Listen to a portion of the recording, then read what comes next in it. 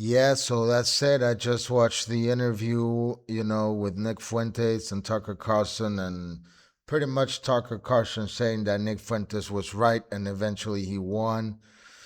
You know, he was saying that, how the Republican Party had just become controlled opposition, and it's not really opposition. It's really just the same establishment. It's just the same class of people because that's how it's always been. It's just two political parties who work for their own interest, and how can it not be? Like eventually, when you have these big organizations and just people start working, and like the day to day and the business as usual makes situations happen in a way that you just have to care about what's good for you personally. And then if politics becomes a business, then people are just going to work for whoever pays the most. And that's the weak link. That's the weakness in America. That's what politics became in America. It became a business. So that means there's an open gate for foreign countries to come and buy them. And if you're talking about war invading a country and you can buy them off, you can buy their politicians, and what is going on, right? So that's just what had happened. Both political parties were already bought by international powers, mainly Israel. That's what Nick Fuentes is saying. And when Trump won, he was against the establishment. So he started to fight against the same Republican Party. So he fought against the Republican Party. He debated all of the Republican candidates, and they just, embarrassed them and humiliated them, and he won. That's it. But then, the next time he was not with the establishment, and then they made sure that he lost because they were with Biden and whatever. It was a different combination of factors because you see, you got group powers, like power holders and stakeholders. You got Hollywood, you got, the banks, which pretty much are like the most powerful. You got like international organizations, political organizations that they collaborate. You got violent.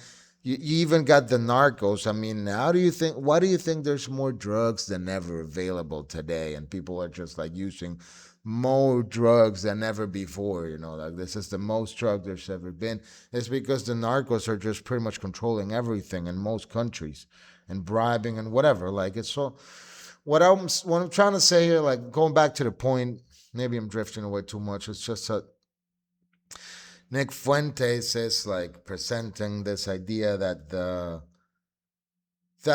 Republican Party was controlled opposition, like it's always been. Like both parties are bought off. So then he won fighting the establishment 2020. Then he lost because he was not with the establishment. Okay, yeah, I think that, what am I saying? Whatever. Okay, so yeah, I just want to wrap this off. Hollywood and the banks, and I think there was like a rupture between Hollywood and the banks, pretty much. Yeah. And the banks mean investment firms and insurance companies and you know consulting companies and whatnot, right? So Hollywood is useful as long as it like influences the people, right? So whenever the people start losing respect for Hollywood and they stop buying their stuff. They stop buying it, so they're not being brainwashed anymore. Then Hollywood is pointless, is worthless for the big powers or the banks, the money, right? So Hollywood's done. That means all the acting shit is gonna lose funding, and that's why politics is actually just a bunch of people acting in front of cameras, and that's being presented to us on TV to shape our opinions. But what really goes on, nobody knows.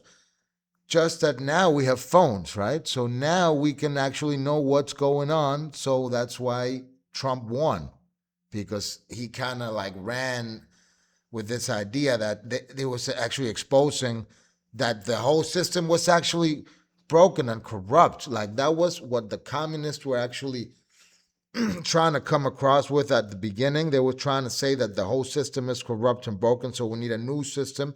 That's when this comes in. But now Trump is like saying, but that already happened and it's still broken and it's worse than it was ever before because now it's totally controlled by international governments, foreign governments, like the whole foreign policies to control Israel. They have like immense taxes, you know.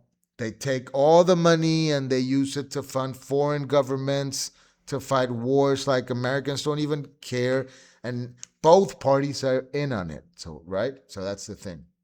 And they need to brainwash the people and make them as stupid as they can, right? To the point where they actually can believe that if they cut their faces or they cut their balls off, they can actually be someone else just because they're cutting and hurting themselves. You might call it a doctor, you might call it, whatever. You're just hurting yourself. That's what you're doing. You're not becoming somebody else.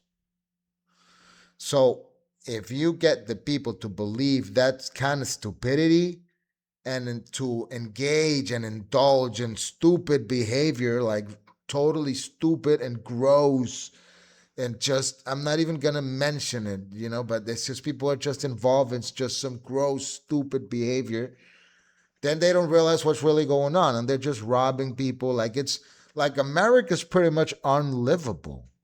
Like really, people, that's what it's come down to. Like I'd much rather live in Peru. Like I pretty much live like a king here. I don't want to brag, but I got like my own beach town and shit. I don't even have to pay for it. Like this is paradise. America's just unlivable. You need to pay for everything. Just people living in America, they're just working 3 jobs, 4 jobs, making bare minimum to pay rent. Like I go to America once a year just to party and I spend 10 times what I spend here in a whole year. So I know what I'm saying. That's why I don't live there. Like it's just unlivable. Yeah, they have a lot to offer, but everything costs. So if you think about it, like you got the same shit here. I don't have to pay for it, you know? Uh, but whatever, that's what he's saying. Let's just go against the system. Let's just reformulate the Republican Party. Just as this is the real opposition, the people of America, which is what America is. That's what America is, the people of America, not, well, the land, I guess, but the people who inhabit America and spend there.